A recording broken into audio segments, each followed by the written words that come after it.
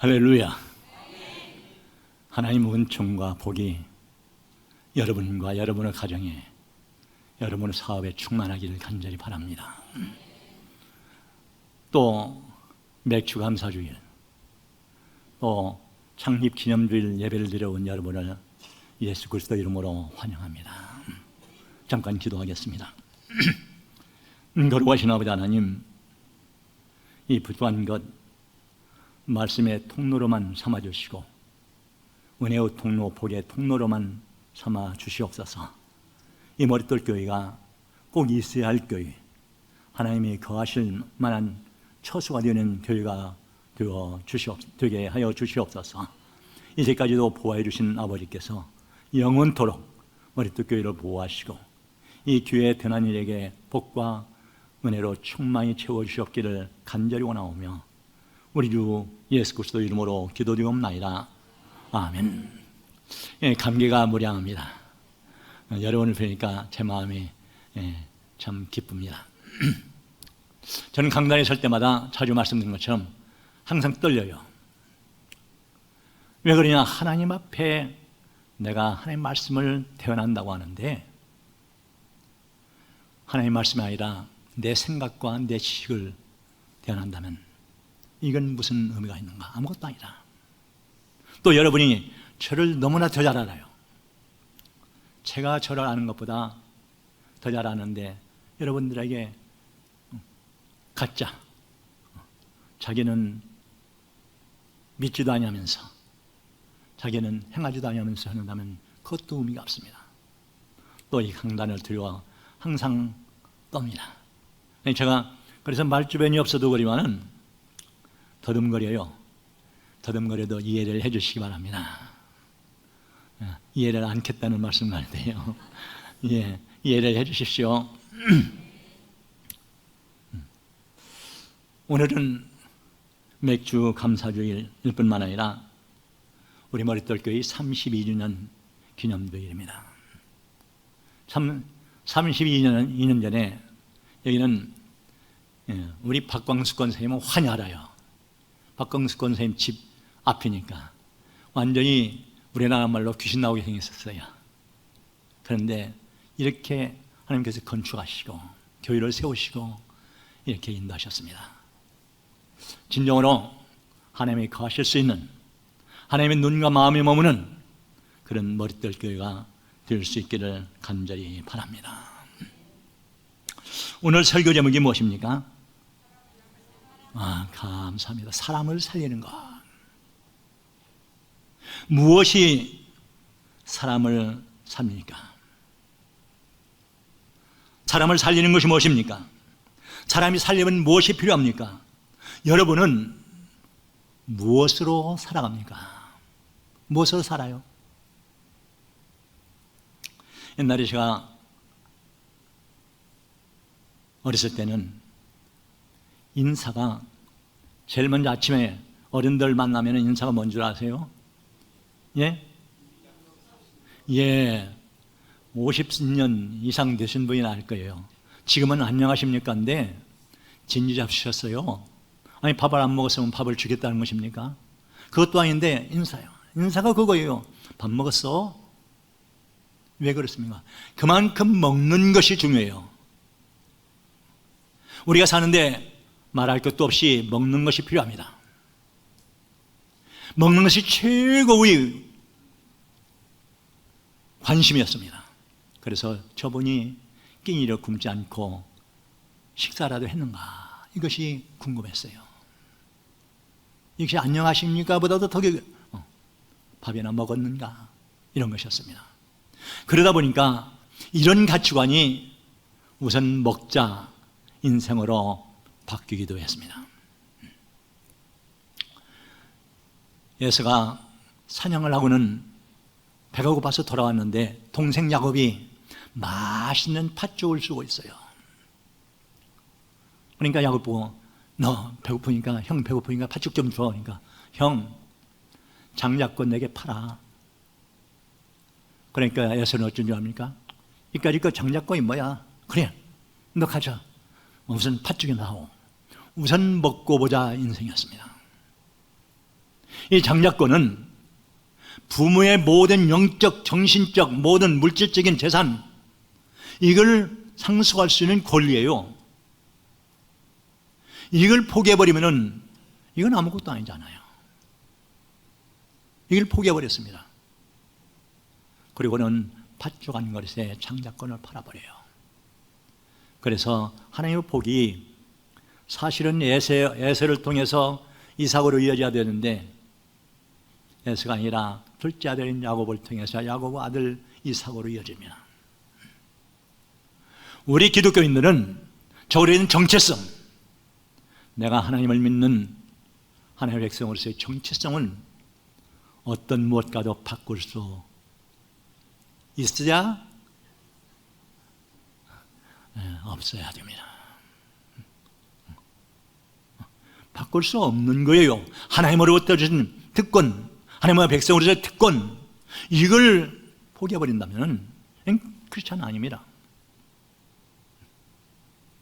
그런데 바로 에서는 팥죽한 것에 팔아버렸어요. 그러니까 우리가 살아가는데 먹는 것이 그만큼 중요한 면이 없지 않아 있습니다. 또 그런가 하면은 우리 몸 거할 수 있는, 거처할 수 있는 집이 필요합니다. 지금은 집이 거할 수 있는 거주 개념이 아니라 소유 개념으로 바뀌었는데, 옛날에는 집을 하나가 정말 내가 내 몸 한 몸 쉴 수 있는 단칸방이라도 있다면 그랬는데 지금은 바뀌었어요. 어쨌든 간에 우리가 사는데 집도 필요합니다. 그런가 하면은 옷이 날개라고 의복도 필요합니다. 그래서 사람 사는데 필요한 것 하면은 의식주를 꼽습니다.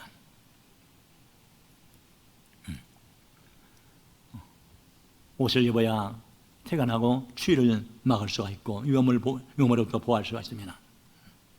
그러니까 우리가 생명을 영위하는데 최소한의 조건이 바로 의식주예요. 여러분, 그러면 의식주만 해결되면 다 되는 것입니까? 의식주만 만족하게 구비되면 우리가 살 수 있습니까? 평생 먹고 쓸 수 있는 수억 원의 돈을 예금해 놓고 있으면 이제는 다 끝난 것입니까? 그러면 다 끝났어요? 아무리 불을 쌓아놨다고 할지라도 그것이 우리의 삶을 살리는 것은 아닙니다. 그걸로 행복할 수가 없습니다. 그래서 만족할 수가 없습니다. 이것들은 우리 생명을 연장시키는 데 도움이 될 수 있지만 이것들이 우리의 삶을 이끌어가는 삶의 원동력이 되지는 못합니다. 생명을 연장시키는 것, 그것으로 만족하는 것입니까? 흔히 그 의식을 없이 살아가 있는 산소호흡기를 꽂아놓고 영양제 주사로 이런 것도 살아있는 것은 살아있는 거예요. 그러나 살아있다고 엄밀히 말할 수 있어요. 살아있다고 살아가 말할 수가 없지 않습니까? 그들의 생명이 귀하지 않다는 것이 아닙니다. 우리를 살리는 것이 아니에요. 의식주가. 요한복음 6장에 보면은 어느 날 예수님이 갈릴리 바다에서 배를 타고 건너갔어요. 그랬더니 사람들이 더 많이 와 있어요.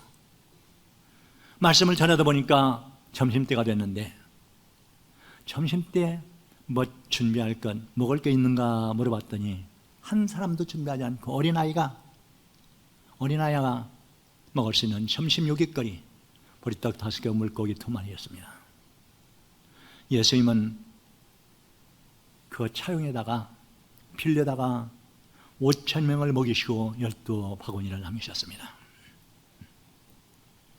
그리고는 그 이튿날 사람들은요, 어저께 떡을 먹었던 곳에 갔어요. 그때 안 계셔요. 그러면 예수님이 뭐냐, 그 전에 어떤 분 계신다고 보고는 왔어요. 그때 예수님이 뭐라고 하시느냐, 너희가 나를 찾는 것은 표적을 보는 것이 아니요 먹고 배부른 까닭이라, 이렇게 말씀하십니다. 그러면서 내가 하늘로부터 내려온 떡이라, 내가 하나님 떡이라 말씀하십니다. 그러면서 결론적으로 요한복음 6장 63절에 살리는 것은 영이니 육은 무익하니라. 내가 너에게 이른 말은 영이요 생명이라 이렇게 말씀하십니다. 의식주만으로 사는 것이 아니라 하나님의 입으로 나오는 그 말씀으로 인해 산다 이렇게 말씀하십니다. 창세기 2장 7절에 보면은 하나님이 인간을 흙으로 빚으시고 빚었어요. 자, 흙으로 빚어놨는데 이건 살아있어요? 안 살아있어요? 안 살아있어요. 생기를 불어넣으시니까 생명이 됐다 말씀하십니다. 그러니까 의식주가 아니라 사실은 영적인 하나님의 말씀, 이것이 우리 인생을 살림을 말씀하셨습니다. 사업에 실패하고 완전히 좌절에 빠져 일어날 기억조차 잃어버린 사람이 이제는 마지막만 생각해요. 그런데 두려워하지 말라, 내가 너와 함께함이라. 놀라지 말라, 나는 네 하나님의 믿음이라. 내가 너를 굳세게 하리라. 참으로 너를 도와주리라. 참으로 나의 오른손으로 너를 붙들리라. 이 말씀을 내게 지금 이 시간에 주신 하나님 말씀으로 받아들일 때 그 사람은 얼마든지 일어날 수가 있습니다. 이게 살리는 거예요. 실제 얘기인데요. 제가 아는 어떤 집사님 우울증에 걸리고 그래가지고요, 날마다 베란다 앞에서 뭐라고 하냐, 내가 한 발자국만 디디면 끝나는데, 한 발자국만 디디면 끝나는데, 이렇게 우울증에 빠져 죽음을 생각하는 사람이었습니다.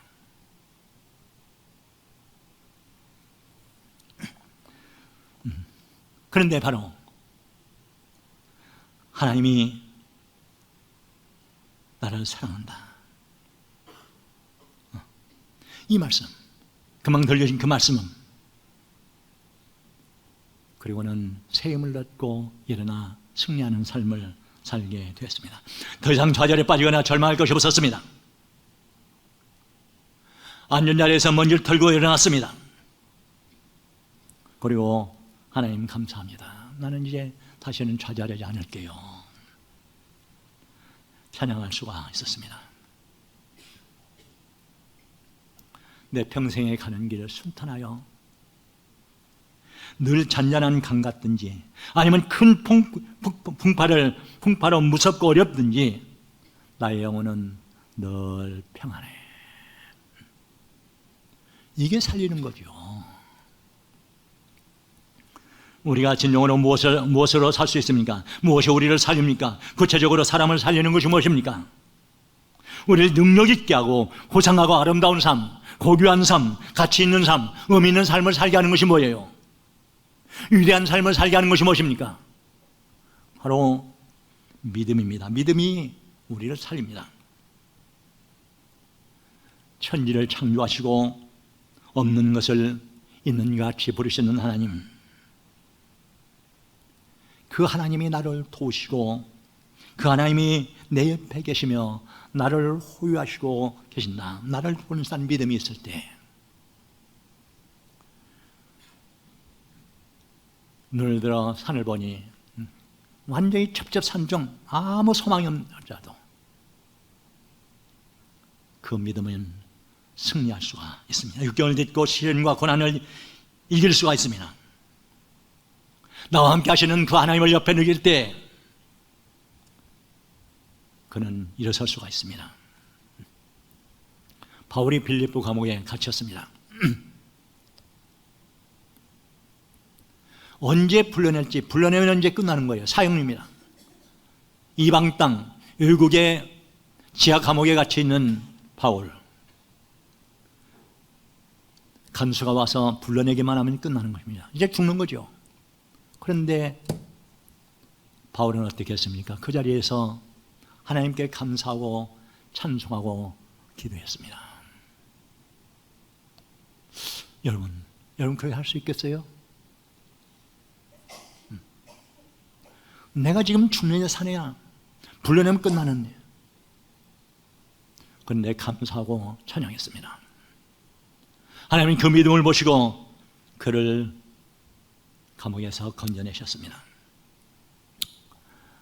제가 천국에 가고 바울 사도를 만난다면 그건 여쭤보고 싶어요. 바울 사도님, 그 빌립보 감옥에서 죽음과 맞닿는 거기에서 뭐라고 기도하셨어요? 뭐라고 감사했습니까? 바울은 우리가 잘 아는 대로 하나님을 믿고 천국을 맛보며 살아가는 사람이었습니다. 옆에 계신 주님, 하나님이 내 옆에 계셔 이 감옥 안에 계신다면 더 이상 두려울 것이 없지요. 다윗을 보십시오. 골리앗이 40일간 매일 전쟁을 독려합니다. 나와서는 너희 이스라엘 백성 중에 나를 이길 만한 사람이 있으면 나와 데려나자. 나를 이기면은 우리 블레셋에 너희 황복하겠다. 그러면서 40일 동안을 전쟁 독려합니다. 오죽하면 사울왕이 우리 이스라엘 백성 중에 골리앗을 대적할 수 있는 사람이 있다면 내가 사위로 삼겠어, 부마로 삼겠다고 했습니다. 없어요. 그런데 10대 다윗이 골리앗에 도전합니다. 너는 칼과 창과 단창으로 내게 나오려 나는 만군의 여호와 이름으로 내게 가노라. 오늘 하나님이 너를 내 손에 붙이리니 공중새와 땅의 들짐승의 너는 들짐승의 밥이 되리라. 물맷돌 가지고 와서 승리했습니다. 다윗이 물맷돌로 이긴 것이 아닙니다.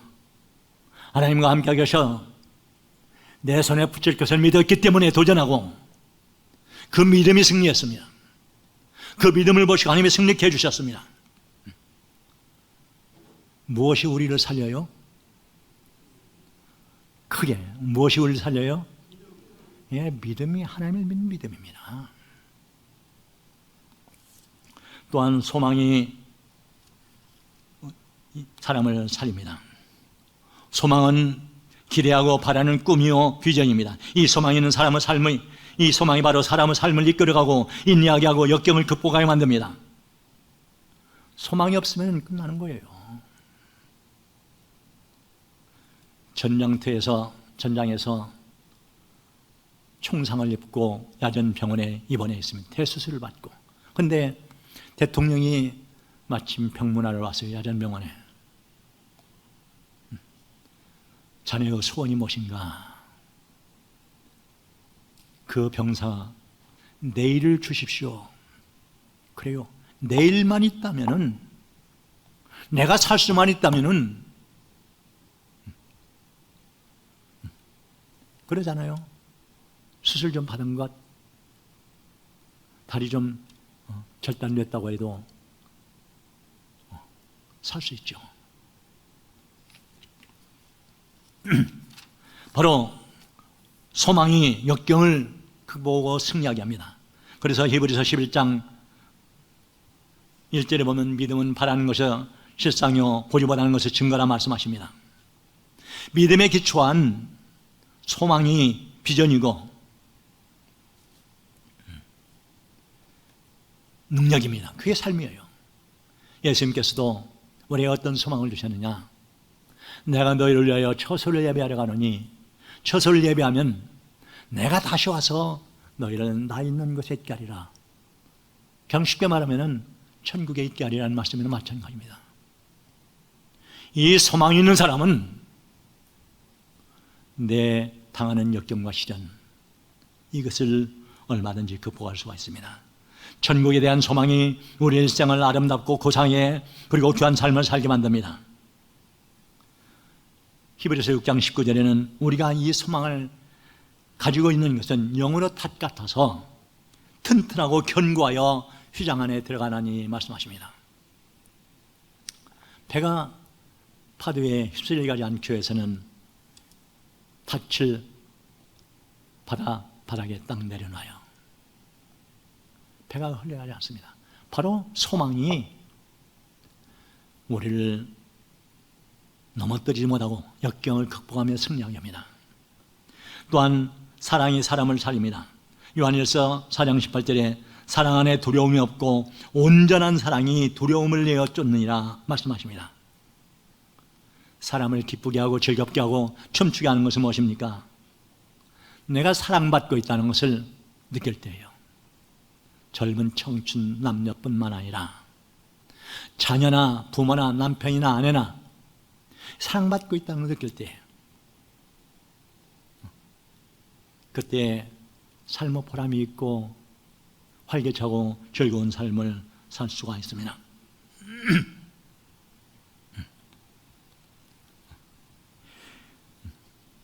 또한 내가 사랑받는 것이 아니라 사랑할 대상이 있는 사람은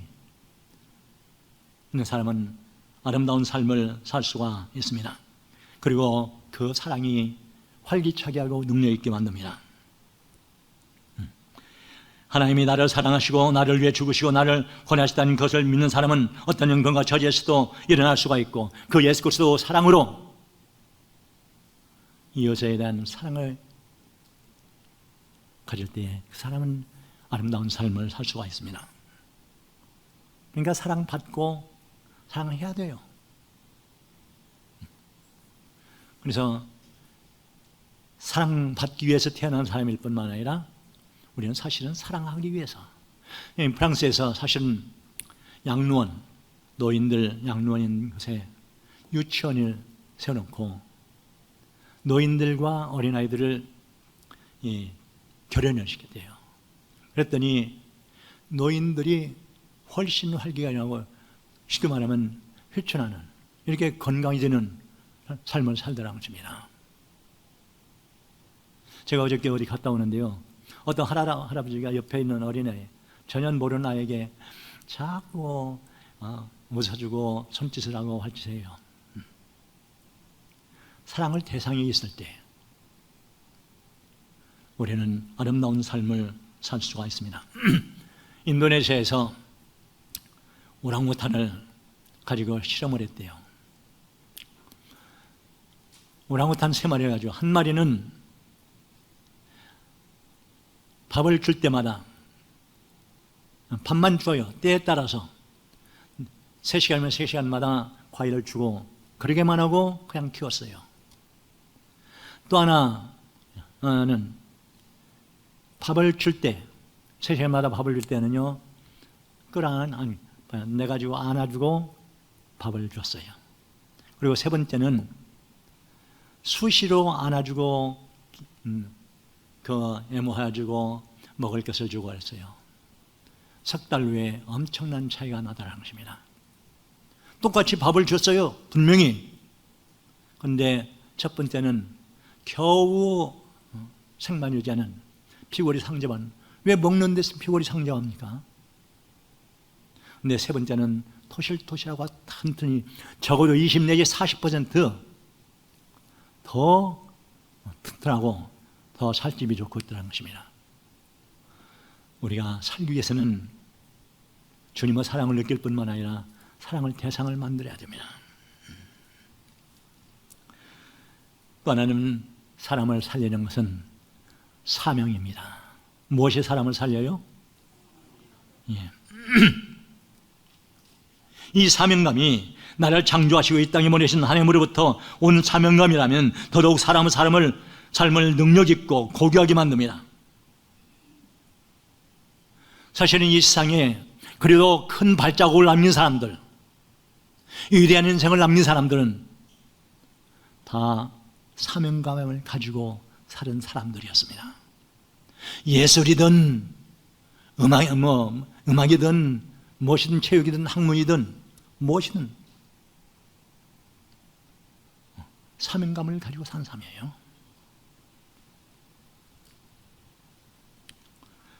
오늘 본문 23절 24절, 오직 성령이 각 성에서 내게 증언하여 결박과 환난이 나를 기다린다고 하시나 내가 달려갈 길과 주 예수께 받은 사명, 곧 하나님의 은혜의 복음을 증언하는 일을 마치려면 나의 생명조차 조금도 귀한 것으로 여기지 아니하노라 말씀하십니다.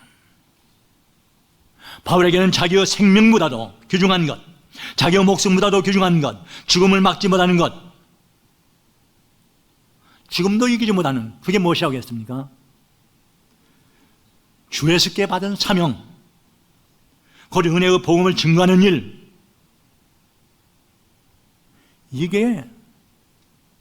이것이라는 것입니다.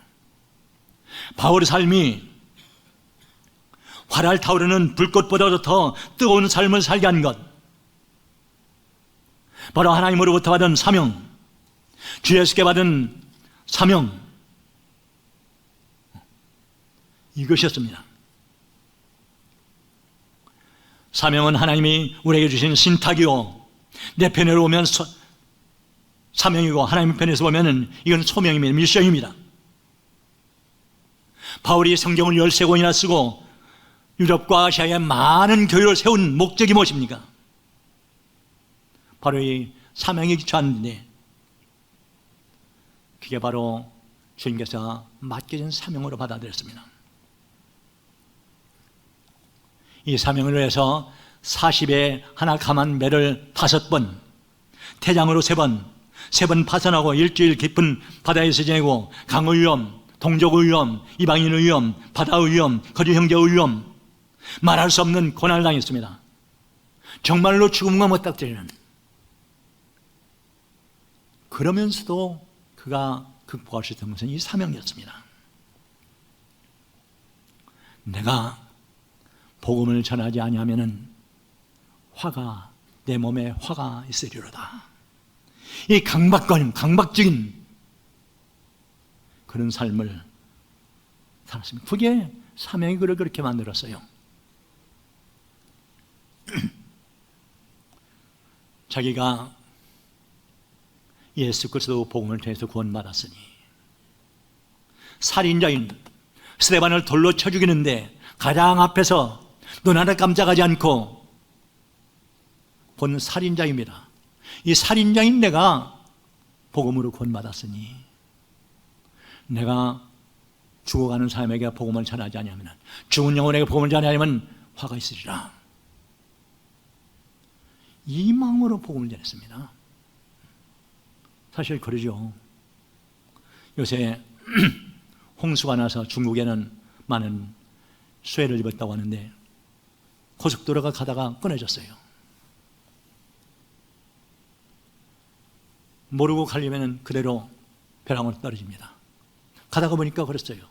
여러분 어떻게 하시겠습니까? 죽는 것은 지 책임이지, 나는 유턴해서 나만 돌아가, 나만 살면 돼. 여러분 그러시겠습니까? 이리 가면 죽는다는 것을 보면서도 그냥 놔둬요. 이런 강박관념을 가지고 바울사는 복음을 전했습니다. 이 은혜의 복음 증거 사명, 이것이 바울을 위대하게 하고 인간을 권하게 하고 바울로 바울되게 했습니다. 그러니까 사명이 인간을 살립니다. 내가 이루지 아니하면 안 된다는 이 사명이 능력 있는 삶을 살게 합니다. 갈릴리 호숫가에서 예수님이 제자들을 부르십니다. 나를 따라오너라, 내가 너희를 사람을 낚는 어부가 되게 하리라. 이게 사명이죠. 소명으로 받아들이고 사명으로 받아들였어요. 소명은 주님의 부르심이요, 그걸 내 해야 할 책임으로 사명을 받아들이니, 그래서 사도가 되었습니다. 바울 사도가 이런 목숨을 걸고 복음을 전함으로 사도들이 있었으므로 바로 우리가 있는 것이죠. 왜 복음을 전해야 합니까? 왜 전도를 해야 됩니까? 왜 선교를 해야 됩니까? 왜 바울을 그렇게 전도하려고 목숨을 걸었습니까? 이것은 바로 하나님의 나라의 확장이었습니다. 예수님이 이 세상에 오신 목적이 무엇입니까? 인류를 구원하고 하나님의 나라를 시작하시려고 했습니다. 예수님 맨 처음 공생애를 시작하려고 오셨을 때 예수님을 소개하는 세례 요한이 있어요. 세례 요한이 예수님을 보시고는 뭐라고 했습니까? 회개하라, 천국이 가까이 왔느니라. 또 예수님도 복음을 전하시면서 제일 먼저 하신 말씀이 이 말씀이에요. 마가복음 1장 15절에 때가 찼고 하나님의 나라가 가까이 왔으니 회개하고 복음을 믿으라. 세례 요한의 말과 예수님 말씀이 똑같아요. 예수님이 오심으로 하나님의 나라가 시작됐어요. 그리고 점점점 확장시켜 마침내 주님이 재림하심으로 궁극적인 하나님의 나라가 임하게 될 것입니다.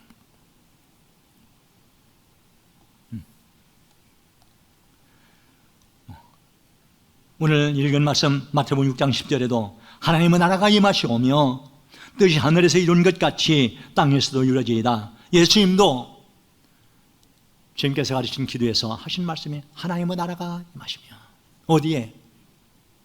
어디에요?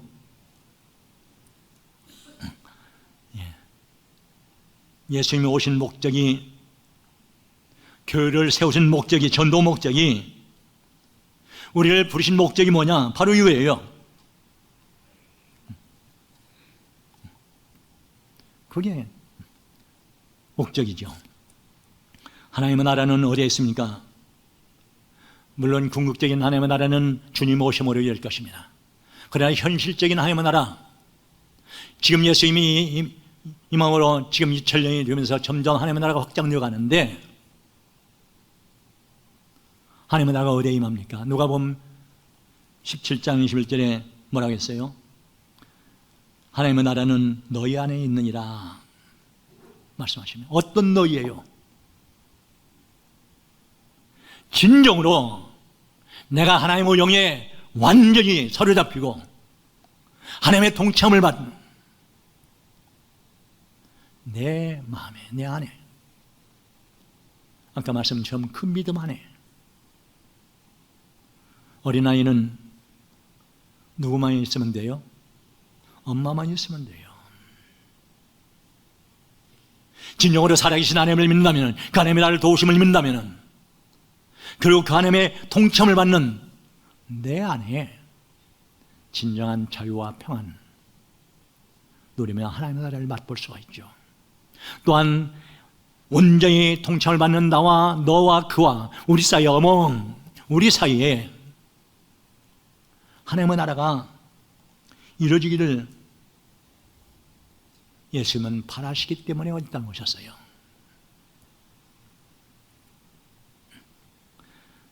바울이 빌립보 감옥에서 감사하셨던 것은 바로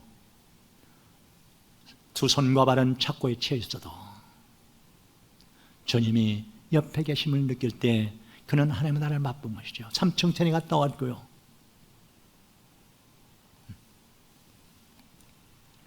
감옥에서도 감사할 수가 있었습니다. 그러니까 바울은 어느 면에서는 삶에서 하나님의 나라를 맛보며 살았어요. 감염원 9개는 여러분과 제가 이렇게 하나님의 나라를 맛보며 살 수 있기를 간절히 바랍니다. 내 영이 온전히 정말 살게 하나님의 손에 잡힐 때, 저는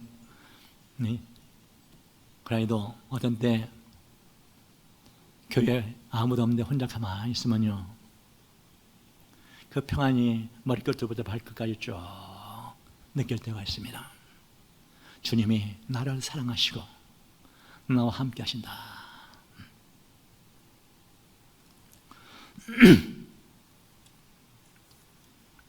그러니까 성령님의 온전히 지배하는 그곳이 하나님의 나라입니다. 내 영혼이 은총 입어 중한 죄짐 벗고 보니 슬픔 많은 이 세상도 천국으로 와도다. 할렐루야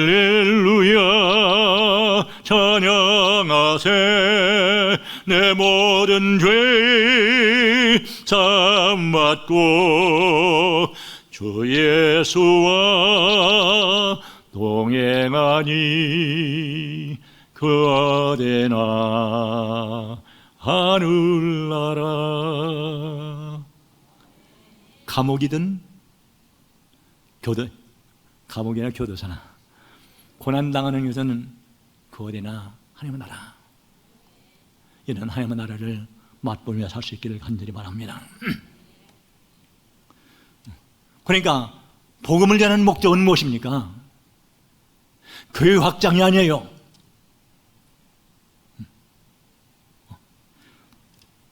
하나님의 나라가 우리 안에, 이 교회에, 이 사유에, 이 세계에 임하도록 바라는 그 마음으로 복음을 전하는 것이죠.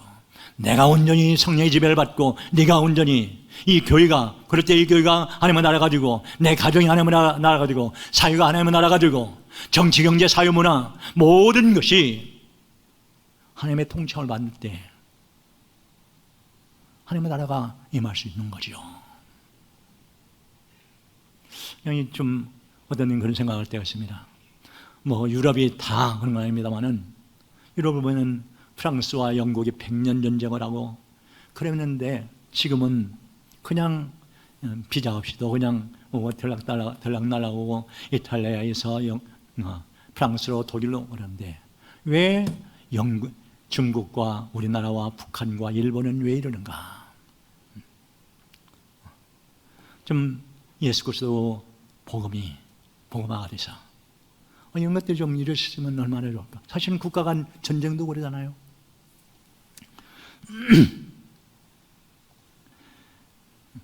교회가 이 사명을 가져야 됩니다. 이 사명을 가지고 있을 때 존재 가치가 있습니다. 이 사명을 잃어버리면 존재 가치가 없습니다. 있어야 할 필요가 없습니다. 단지 나만 구원받고 나만 복받게 하기 위해 나를 부르신 것이 아닙니다.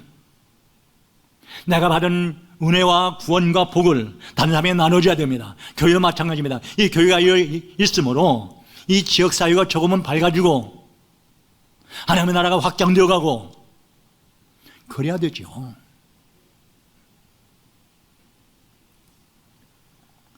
그래서 하나님의 나라가 이루어지도록 해야 됩니다. 온 우주가 하나님의 통치를 받아 하나님의 나라가 이루어지기를 바라는 그것이 하나님의 소원이었어요. 주님이 하나님의 나라가 이루어지길, 하나님의 나라.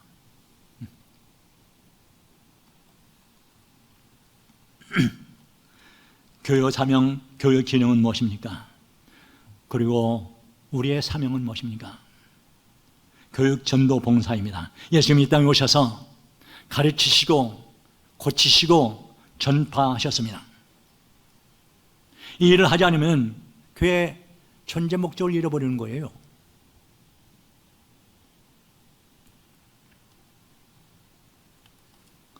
교회는 또한 이 시대의 구조사입니다. 구조사는 허우적거리는 영혼들이 헤엄쳐 올 때까지 기다리는 것이 아니에요. 구조사는 풍랑을 뚫고 허우적거리는 파손당한 영혼을 찾아가는 것이 구조사입니다. 그러잖아요. 구조사님 가만히 있으면서 여기까지 헤엄쳐 오시오, 헤엄쳐 오시오.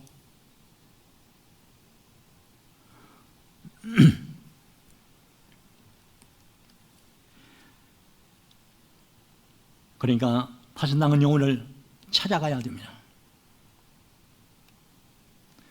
교회는 구원자들로 하나님의 나라를 이루고 천국을 기대하며 살도록 하는 천국 향한 베이스캠프입니다. 그래서 여기서 사람들이 교회를 통해서 하나님의 나라를 하도록 이어주는 다리 역할을 해야 됩니다. 교회는 파손당한 영혼이 처음 받은 치유받는 영적 친정입니다. 교회가 친정이 돼야 돼요. 지금은 덜 그러는데 옛날에는 쉽사리 3년 동안 집에 가지도 못했어요. 집에서도 오지 말래요. 너는 시집 갔으니까 시집에서 죽어라. 그만 엄청난 쉽사리 오는데 어느 날 어머니 옆에 와서 서로 마주보며 잠을 자면서 치유를 받습니다. 그럼 그런 것처럼 교회는 영적인 치유, 이런 치유받는 이런 영적인 친정이 되어야 됩니다. 교회는 등대입니다. 예수님도 친히 너희는 세상의 빛이라 말씀하셨습니다. 잃어버린 눈먼 사람들에게 방향을 제시해 줘야 돼요. 옳고 그름을 분별할 줄 알아야 되며, 이것 없으면 교회가 무슨 의미가 있습니까? 그러잖아요.